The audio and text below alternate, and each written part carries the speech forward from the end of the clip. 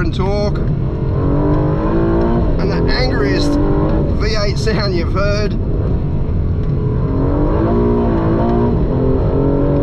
It's just scrambling for traction with those massive 325 tyres, but considering it's producing 500 kilowatts, the grip is absolutely enormous. Awesome G-forces around corners. Those wider track widths help with stability. Yeah, what a machine. It's so fast. And listen to it.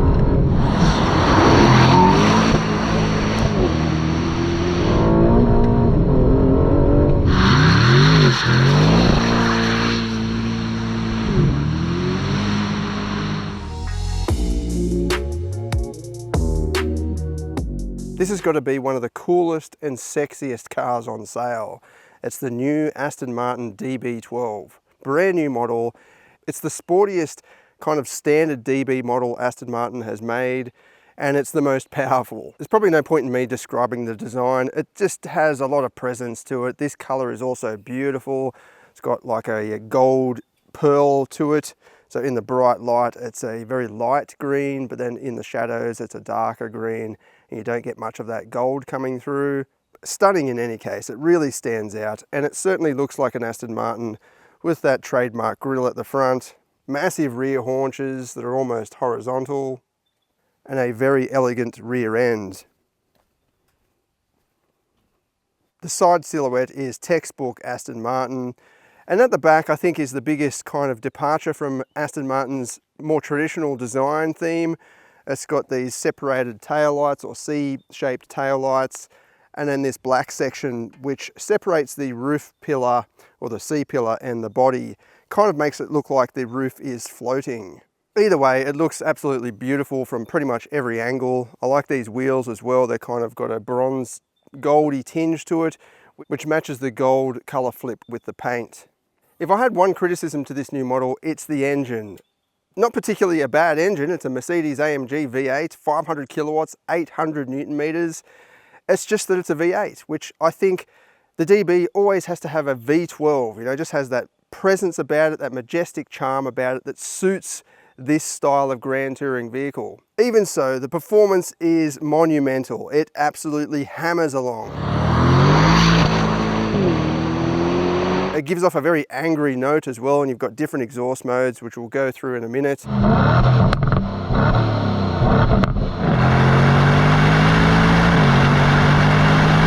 Yeah, there's nothing really wrong with the engine. I just feel like if I was spending, this is $500,000, if I was spending $500,000, I want the absolute pinnacle that you can get. And I think a V12 is just better suited to this style of vehicle. We'll have a look at the interior. I love the Aston Martin doors, which have carried through for generations. Basically, the door swings up slightly. So if you park next to a curb or a gutter or whatever, it just swings up a little bit so it doesn't smash into anything. But also gives it a bit of a dramatic entrance. And when you close the door, it kind of just sinks back down a bit. But yeah, look at that interior. Completely new interior design philosophy. So you don't have those traditional transmission buttons across the top of the dash. You've now got a more conventional gear shifter and a start button with a bit of theatre to it, and you rotate that button and you get your different drive modes. Beautiful fit and finish, leather everywhere. It's got this metallic or metal trim all across the doors, leather all the way down to the bottom, including the B-pillar here, all the way down through the sill. We do have rear seats. I'll go around the other side and I'll try and sit in there. But really they're for children, and you've actually got child seat anchor points there so you can fit a baby seat in there as well. I'm in, my head's touching and I've got to crouch down a little bit, but you know, I could sit in here for a short trip. I don't want to pull the seat forward because it'll probably try to, you know, come back to where it was before, which was a bit further back than my legs would accommodate. But yeah, I feel like I could sit in here for a little bit, just for a short trip down to the pub or whatever. But you certainly wouldn't want to do any sort of grand touring like this. The backrest is very rigid. It's almost upright. And then the width is not very good. Like my shoulders don't really fit in the seat, and I'm only pretty small person, or I think I am. 170 centimeters as well, which is not very tall, and I'm already smashing into the ceiling. But anyway, this was not intending to be a family car. This is a Grand Tourer. And then in the back, we've got about 260 litres of boot space, which is enough for a set of golf clubs or a couple of sort of carry-on luggage cases for an aeroplane or whatever. Definitely enough for a weekend away. It even comes with a very nice Aston Martin umbrella. Interestingly, it doesn't have an electronic boot lid, which is fine. I don't think boots like this need to be electronic, but it is soft close. I'll do that again. So if you just rest the boot lid down, it is soft close, so it will pull it shut, but the doors are not.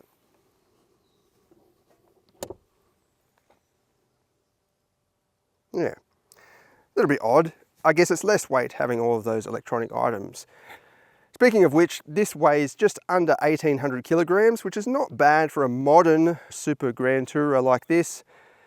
You know, 20 years ago or something, that was pretty heavy, but you've got to remember this has a lot of technology packed in there, a lot of electronic items packed in there, like power seats and all that sort of thing.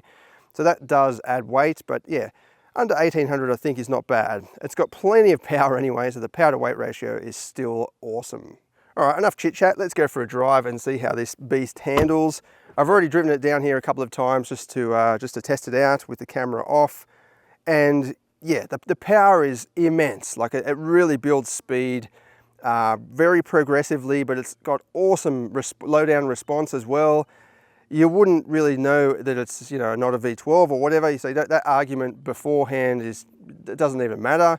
The sound is very angry, as I said, aggressive, but it's not as, how do we say, poetic or as majestic as a V12. It doesn't have a sing, it's more of a growl. Anyway, let's get stuck in. Starting it up, you've got this nice little button here. Actually, I'll open the door, show you the sound. So this is just in the default GT mode.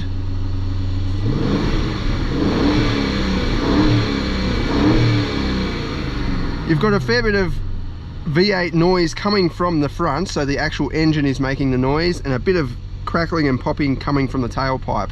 But if you flick it over into the sport exhaust mode, it's a little bit louder.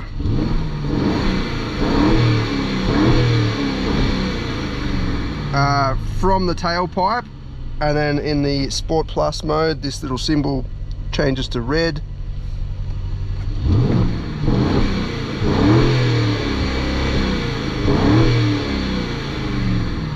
It's a little bit louder, I'll just close the door.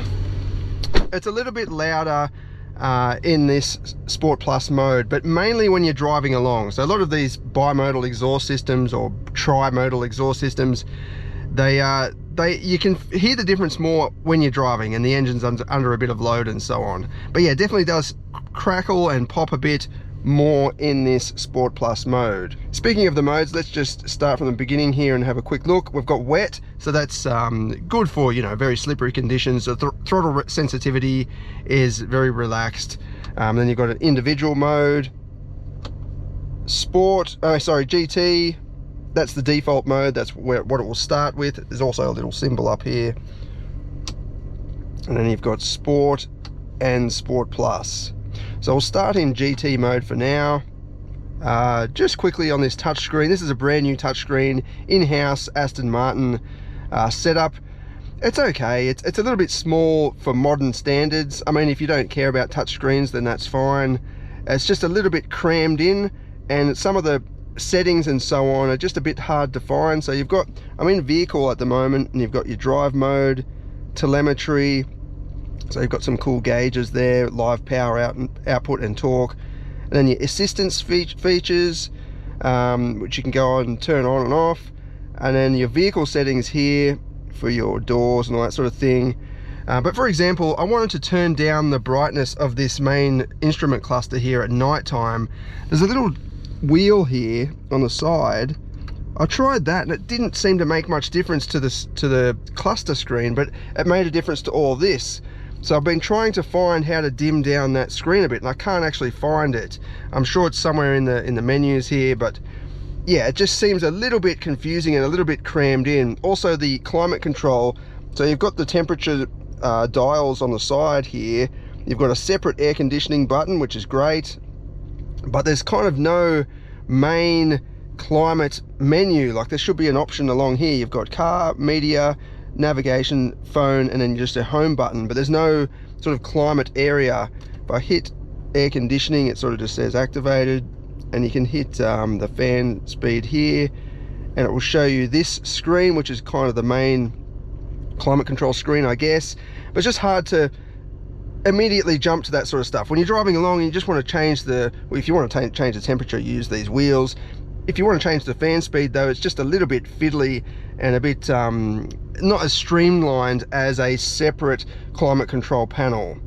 But this is all, yeah, all very new for Aston Martin. I like the drive modes on the side here, and then you can turn, switch it over into manual mode, which we'll try out later on to see if it will actually hold the gear and hit the red line, or if it will automatically upshift. But when you're driving along, you can actually use these paddles, which are now attached to the column rather than attached to the wheel rather than the column from before. So when you're driving along, it's, you know, kind of, they're right at your fingertips. It's a bit sort of a bit of a debate whether you prefer them on the column or the wheel. I find them, I like them on the column more, because if I'm going around a tight corner, I want the paddle to be there. I don't want to have to go looking for it. But it makes sense, I guess, in a big GT like this, where you're going to be going along big sweeping bends more often with both hands on the wheel rather than really tight twisty stuff.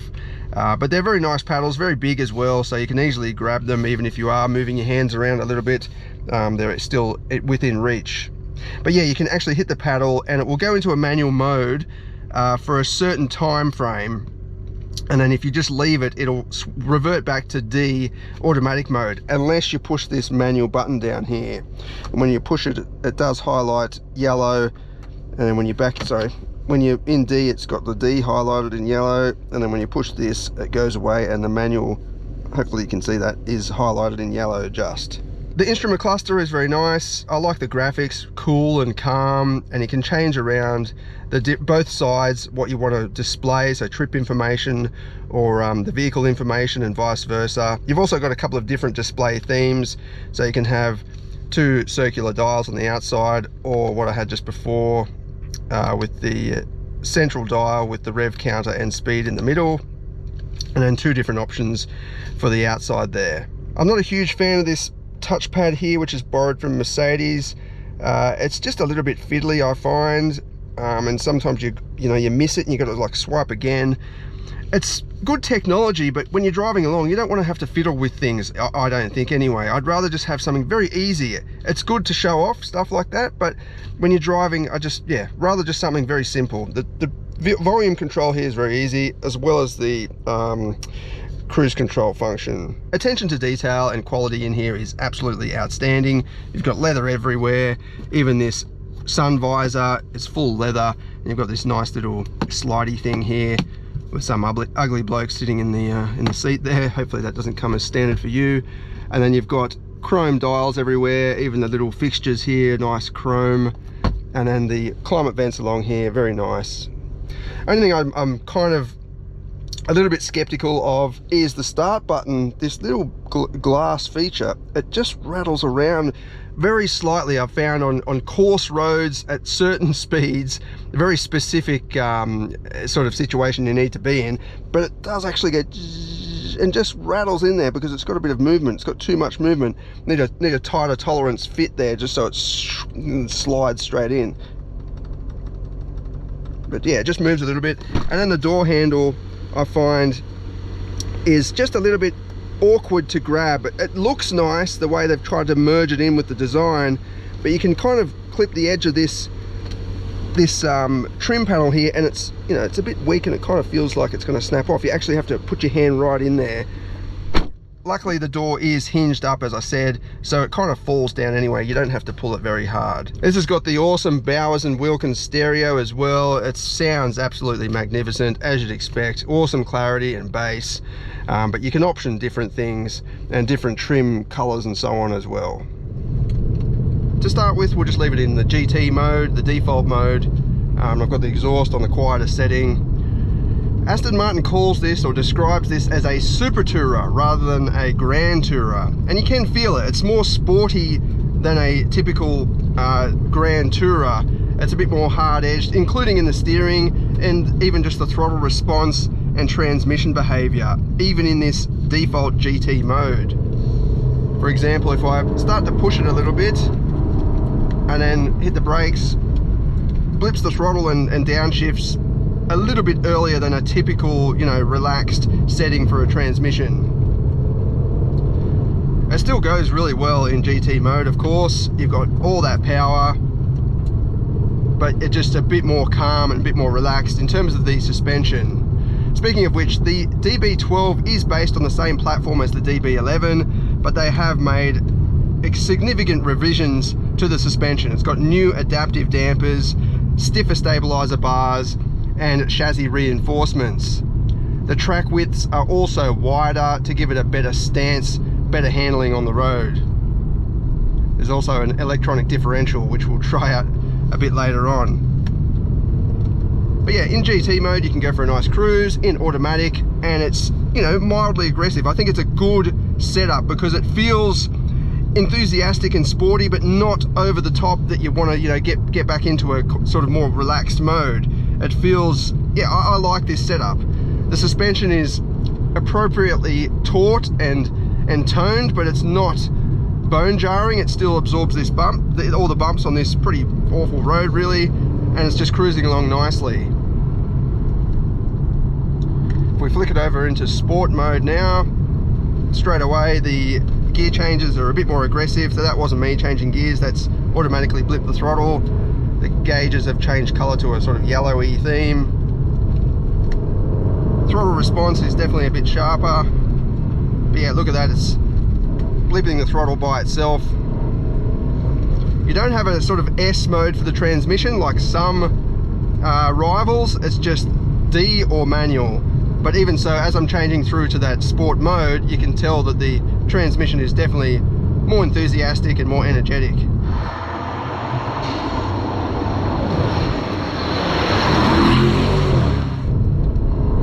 Full power.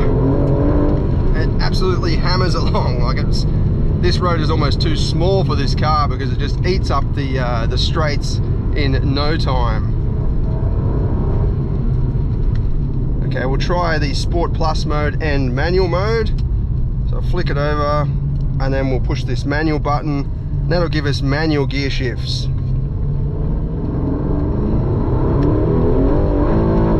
Full power, that's, yeah, awesome traction from those huge 325 tires.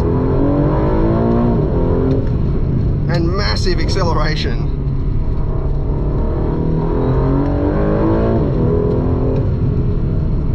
Awesome grip through the corners as well in terms of lateral grip. The steering feels good, I know what's going on.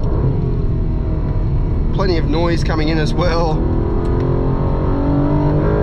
Around there, just absolutely slungshot me up the hill.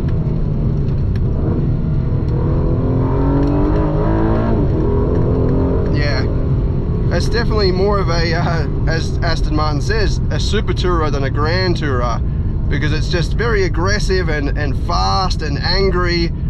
We might just turn the stability control off and see how it goes. You just hold down the stability control button here for about 3 seconds and you'll get a display here that has, you've got adjustable traction control. So if you just twist the drive mode toggle here, you'll see there's a little symbol down there, TC5. So you've got adjustable traction control. So if you're on the track or whatever and you're just learning the limits of the vehicle, you can just leave a little bit on. I'll just leave it off at the moment and see how it goes. So I'm in manual mode. I might just full throttle. This has got a torque converter automatic. It doesn't have a dual clutch. So I suspect it'll just take off fairly smoothly. It's not going to, like, you know, grab a clutch pack and launch it into full wheel spin. But let's see anyway. First gear.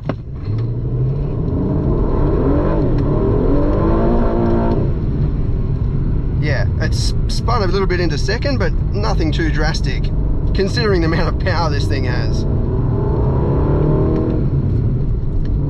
Back down again. Massive torque from low RPM. Aggressive downshifts. awesome brakes. This comes standard with carbon ceramic brakes. Actually, just while we're going along here, it's pretty firm, but I like it. I like the firmness of it in sport mode.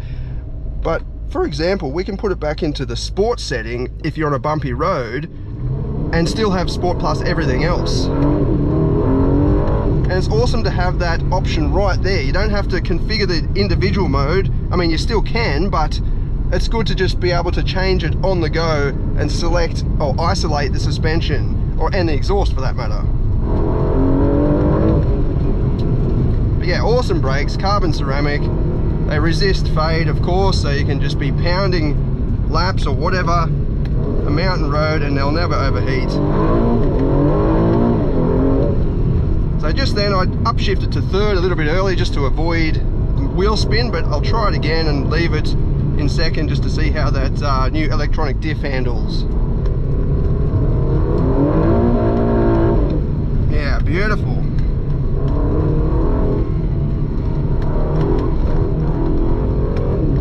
It's still got plenty of traction, even though this surface isn't the absolute best. But I guess the best thing is I've got awesome communication through the wheel, so I know what's going on. I know if it's going to let go. It doesn't just snap either. Because it's got all that torque from low RPM, you can sort of manage the throttle. You only need to, leave a little bit of throttle to maintain a drift.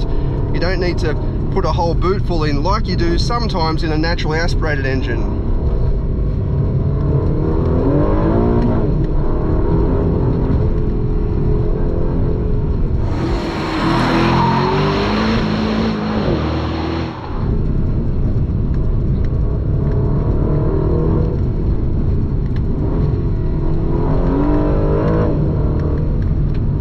I'm just using about 1/8 of a throttle for most of this because it's just got so much power, and it doesn't need to rev all that much because you've got all that torque from low RPM.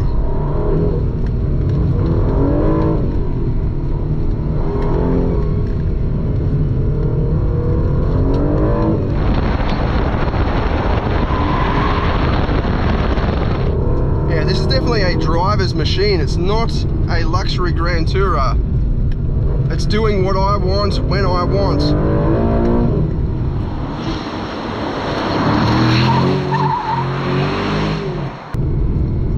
So the main takeaways are that, yeah, definitely more of a driver's machine than a luxury Tourer. It's a bit more hard-edged, so those that have known the DB11 and so on might be a little bit surprised by the reduced amount of luxury and sort of comfort, a little bit, but it's still comfortable. You can definitely take this on a Grand Tourer and it's just fine. Just when you're on a road like this, it's just a bit more dedicated, a bit more focused. But the engine is, yeah, it's just a masterpiece of an engine. It might not be a V12, but it's got massive power and torque. It would be perfect on a track. Like, it's much more suited to a track than the previous models. And as I said, you've got more adjustability now with the different modes. But yeah, definitely more of a hardcore model. All right, let's head out now to the private road and do some performance testing to see what it goes like.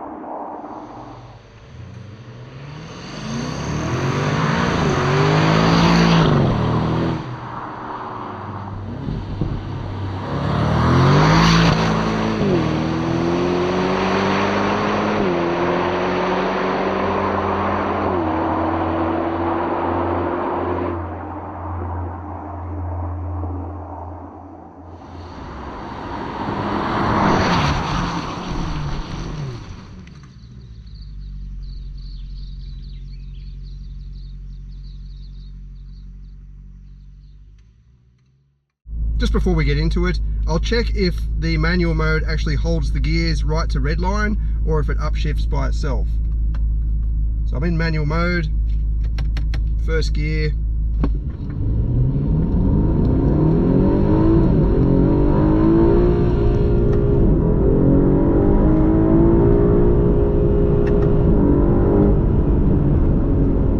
So it looks like it does upshift automatically regardless of the manual mode from first to second, but from second gear and onwards it will go all the way to the red line and actually bounce on the rev limiter. So which seems about right. If you're on the track, you rarely go back to first gear. Second gear and onwards, you can hit the rev limiter if you need to on certain corners and so on.